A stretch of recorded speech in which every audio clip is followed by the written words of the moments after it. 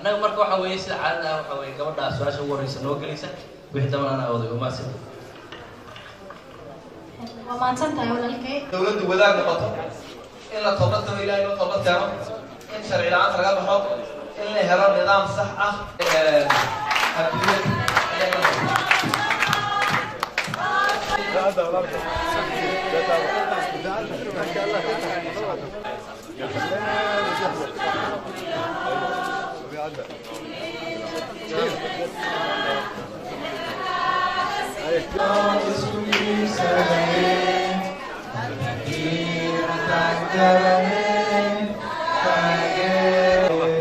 Somalia nolat. Somalia nolat. Ibris nolat.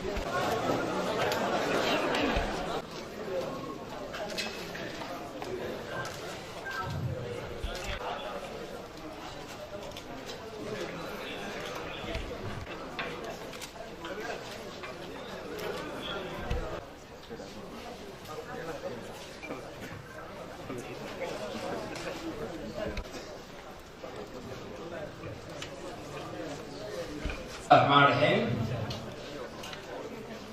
مدن الرئيس كده شركة دبي هشيسينتا aan jecelahay inuu noqdo shir aad iyo aad wax ku ool u ah oo wax ka tara geedi socodka nabadda ee Soomaalida oo hore loogu gudbo aad baan ugu faraxsanahay inaad nagala soo qayb gashay waxaan ku siinaynaa kelmaddaada inaad ku soo dhawaatid ku soo dhawaanayna ra'iisul wasaare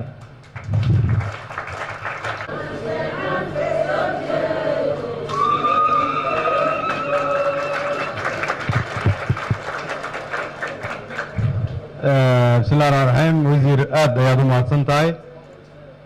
مرتي شرفتا iyo madaxda golaha wasiirada dadka xildhibaanada iyo dhammaan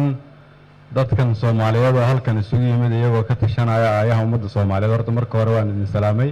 assalaamu calaykum waraxmatullaahi wabarakaatuh marka labaad wasiir waxaan aad kaaga mahad celinayaa adiga iyo wasaaraddaadaba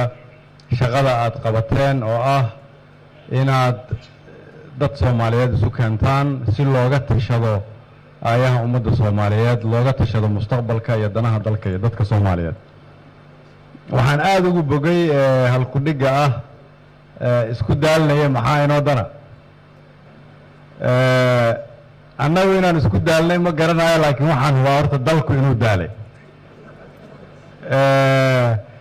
laakiin haddii in la isqabqabsado waxay dhaantaa horta in la kala tago marka intaan weli isku soo laalaabanayno intaan isku daalanahay intaan tashanayno intaan isu imaanayno waxaan aaminsanahay waxaa muuqata rajo rajadana waa tan ay maanta ka muuqata halkan dad Soomaaliyeed oo isaga yimid meel kasta oo leh aqoon kala duwan inaad isu timaadaan oo aad dibdhig u samaysaan dib u heshiisiinta dalka oo bilow ah waxaan aad uga mahad celinayaa qof walba oo ka soo qayb galay waxaa kaloo mahad celinayaa wasaaradda ka soo shaqaysay arrinkan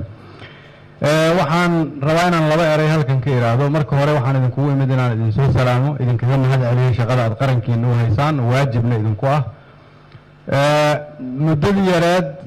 oo aan joognay xafiisyada dawladda aniga iyo madaxweynahaba waxaa muuqata laba arrin mid waxa ay tahay in ay jirto fursad aad u wanaagsan oo ummadda Soomaaliyeed ay leedahay fursaddaasi oo ah in maanta ay dhalinyarada ganacsatada culimada aqoon-yahanada iyo dhammaan qaybaha kala duwan ee bulshada Soomaaliyeed ay kulligood u soo istaageen in dalka dib loo dhiso fursaddaas jirta ayaa waxaa la rabaa marka in looga faa'iideeyo ummadda Soomaaliyeed mid waa marka inay fursad jirto arrinka labaad oo aragnay oo khibradda ah waxa ay tahay in caqabadaha hor yaalla aan ra'iisul wasaaraha iyo madaxweynaha iyo golaha wasiirada iyo labada aqal aanay kaligood ka soo dhalaali karin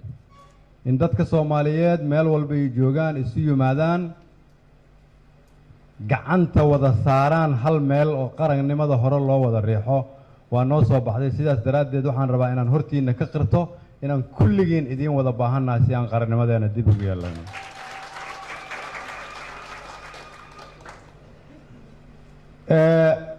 intaas ka sokow waxaad halkan isugu timaadeen inaad qeexdaan ama la fagurtaan oo aad talooyin ka geystaan khilaafka soo daashaday dalka iyo dadka Soomaaliyeed. annagu marka aan isla joogno waxaa noo muuqataa inaan kala duwannahay, waxaa noo muuqataa inaan gobollo ka duwan ka kala nimid, inaan qabiilo kala duwan ka soo jeedno, inaan xirfado kala duwan leenahay. waxaa noo muuqataa kala duwanaansho yaryar oo ah waxaana kala qoqobay intaasoo sano.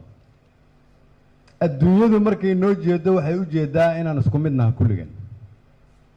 waxay u jeedaa inaan kulligeen isku jinsi nahay, isku eg nahay, isku qaab u soconno, isku dhaqan nahay, isku diin nahay, isku af nahay. waxay la yaaban yihiin marka sababta dalkeena uu dagaal uga jiro, sababta dalkeena isfaham waa uga jiro, sababta dadka Soomaaliyeed oo Ilaahay uu siiyey dhulkan barwaaqada ah, dhulkan badda iyo berriguba uu barwaaqada yahay, sababtay u gaajoon yihiin. sababka dadka Soomaaliyeed oo Ilaahay diintan uu siistay ay u fahmi waayeen diintooda isku leynayaan. sababta dhulkan weyn oo kulligeen si buuxda haddaan u wada noolaano naga badan aan weli u dareemin lahay in dhulka aan haysanno uu nagu filan yahay. sababta dhulkeenna khayraad ka buuxo iyo baddeenna aan uga gaajoonayno laga yaabana khayraadka dhulkeenna iyo baddeenna ku jira in 20 ama 30 sano kadib adduunyaduba ay ka baxdo oo la soo saaro wax kale oo looga marmo khayraadkaas, annagana gaajo aan uga dhimanay intaas. waxay la yaaban yihiin sababta dadkiinan halkan isugu yimid aadan u garanaynina haddii maanta la idin yidhaahdo maxaad isku haysataan, maxay Soomaali isku haysataan. maanta waxaad isugu timaadeen inaad qeexdaan, lafagurtaan, ka shaqaysaan sida loo damin lahay khilaafka haysta ummadda Soomaaliyeed.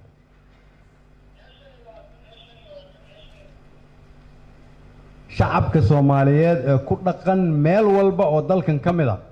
ma is haystaan, wax iskuma diidana, ma isfahmi laha. cidda wax isku haysata ama isfahmi la ama khilaaf uu ka dhaxeeya haddii uu jiraba waa dadka halkan fadhiya, waa madaxda qaranka, waa siyaasiyiinta, waa dadka eliidka ah waddankan u sarreeya, ama ganacsato ha ahaato ama ha ahaato madax kale ama siyaasiyiin ha ahaadaan. gabadha iyo wiilka gaalkacyo joogta ama Kismaayo joogta ama Luuq joogta dagaal isuma qabaan, isma necba, dowladnimo way rabaan, dalku inuu hore u maro way rabaan, in la heshiis ahaado way rabaan oo adduunyada la tartanno. cidda is haysata waa annaga, cidda la rabo inaan heshiino si dadkaasi ay nolol fiican u helaanna waa annaga, cidda laga rabo inay Soomaali tusaalayso sida dalkan hore loogu mari lahayna waa idinka. inaad isu timaadeen waa ku faraxsanahay, laakiin waa inaad ogaataan mas'uuliyadda ay xambaarsan tahay isu imaatinka aad isu timaadeen oo halkan u fadhidaan.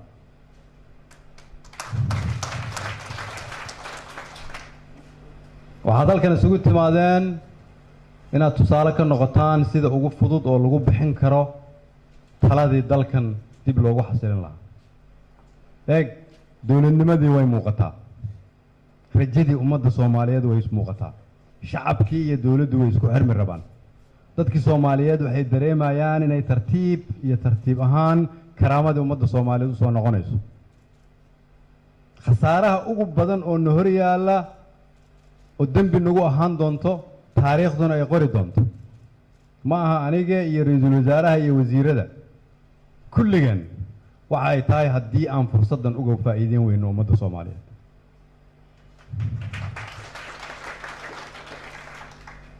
qof walbo naga mida waa inuu ogaadaa mas'uuliyad ayaa ka saaran dalkan sidii loo samata bixi lahaa. haddii aad idinku isu timaadaan intan in kale ay u yeerato, dadka la tusaaleeyo, iskhilaafka iimaan lagu bedelo, waxaan aaminsanahay dalkan inuu rajo leeyahay. waxaa kaloo muhiima inaan ogaano haddii dalkeennu uu xasilo kulligeen nolosheennu intaan way ka wanaagsanaanaysaa. haddii dalkeennu uu hagaago carruurteennu waxay helaysaa waxbarasho, isbitaallo, nabad, adduunyaday la tartamayaan. laakiin haddii inteenan magaalada xamar ku nool oo hadda halkan joogta, haddii jidka aan marnaba qoryana laku ilaalinayo,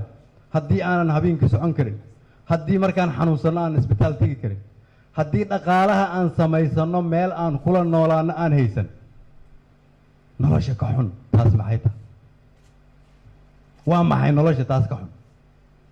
intiinan halkan fadhida waa intii laga rabay inay jiilka ka dambeeya soomaaliyadan ka wanaagsan u gudbiyaan inteenan halkan isugu timid waa inteenna ku saakhiday inaan dhisno soomaaliyada xaqana kugu leeyahay miyaan isku diidanaha taas inteennani ma nahay iyo inta nagu da'da ah oo naga maqan inaan nahay intii ku saakhiday inaan dhisno soomaaliyada xaqana kugu lahaa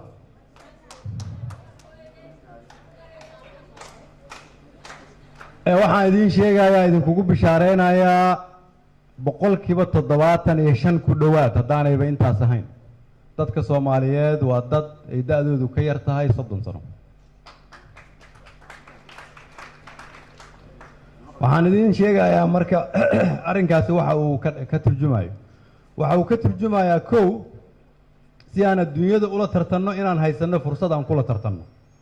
inaan leenahay dhalinyaro 75% ka ah dadka Soomaaliyeed tiradooda dhan waxa ay tahay fursad weyn oo dalkan uu rajo weyn ku leeyahay in dib loogu dhiso laakiin in 75% ay dad da'yar yihiin waxa ay leedahay khatar weyn khatarta ay leedahay waxa ay tahay haddaanay lahayn jaamacad ay dhigtaan marka ay jaamacad ka soo baxaan aanay shaqo helayn haddaanay dalkooda rajo ka arkin waxaa badanaya dagaalka waxaa badanaya musuqmaasuqa waxaa badanaya badaha ay carruurteenu ku dhacayaan si taas aanay noogu dhicin marka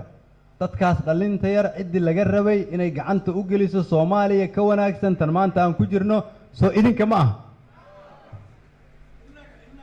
soo annaka ma aha soo kulligeen ma aha waa inaan isku daynaa marka inaan bilowno jidkii lagu dhisi lahaa Soomaaliya ka duwan Soomaaliyada maanta aan joogno isku daalnaya maxaa inoo dana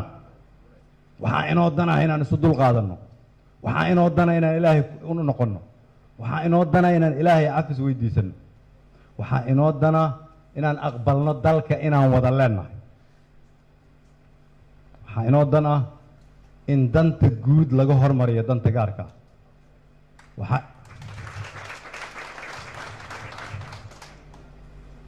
waxaa inoo dan ah in qarannimada laga hormariyo qabyaaladda waxaa inoo dan ah in kala cabsashada iyo beenta aan ku bedelno inaan weji furan isugu nimaadno runtana isu sheegno waxaa inoo dana inaan taariikhda mugdiga ahayd oo na soo martay ku dhowaad 30 sano aan ku bedelno taariikh kale waxaa inoo dana inaan aqbalno in Soomaaliyada maanta aan haysanno ama waddankan annagu aan haysanno uu yahay dalka keliya oo aan leenahay dal kale meel nooma jiro dalkeenni waa kan dadkeennina waa kuwan meel walbood adduunka soo martid marka ugu dambaysa dalkaadaad ku soo noqonaysa si dalkeennu u ahaado marka dal wanaagsan cid inoo dhisaysa oo kale ma jirta innagu waa inaan dhisannaa si marka aan dalka u dhisanno oon xooggeenna isugu geyno haddii khilaafaad uu jiro waa inaan isu nimaadnaa oon heshiinaa xukuumadda iyo madaxweynaha iyo annagu albaabadeennu waa furan yihiin diyaar ayaan u nahay inaan idin dhegaysanno laakiin idinkana mas-uuliyad baa idin saaran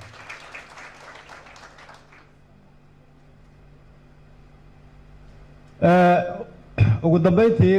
waxaan rabaa maadaama aad halkan isugu timaadeen maadaama dalkeennu ay soo dilootay dagaallo badan iyo khilaaf maadaama maanta ay rajo ay muuqato maadaama iftiin yare uu muuqdo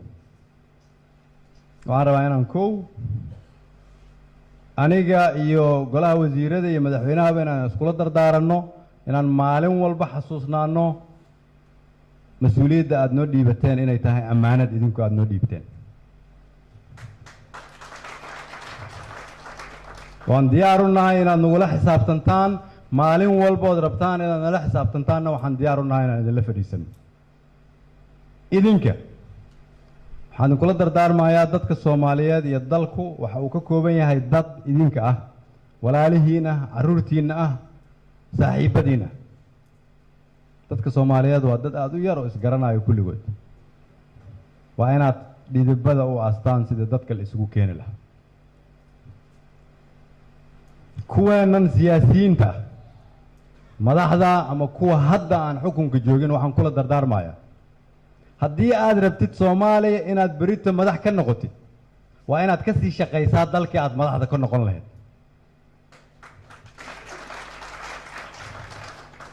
haddii aad rabtid inaad u timaadid kursi aad berri ummadaada ku maamusho waa inaad sii bilowdaa dhagaxyadii lagu dhisi lahaa inaad sii dhistid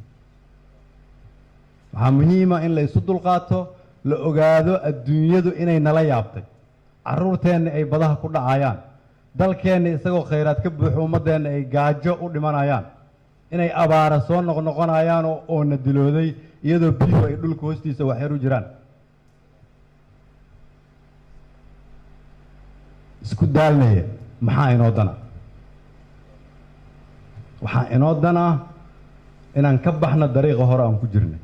waxaan diyaar u nahay inaan jeexno dariiq cusub waxaa jirta fursaddii dariiqaas lagu mari lahaa waxaan rabaa inaan gacadna siisaan waxaan rabaa inaad ummadda Soomaaliyeed isu keentaan waxaan rabaa inaan is-cafinno waa bil Ramadaan waa inaan dalkan u ducaynaa annaguna ducaysanaa waa mahadsantihiin wasalaamu calaykum waraxmatullahi wabarakaatu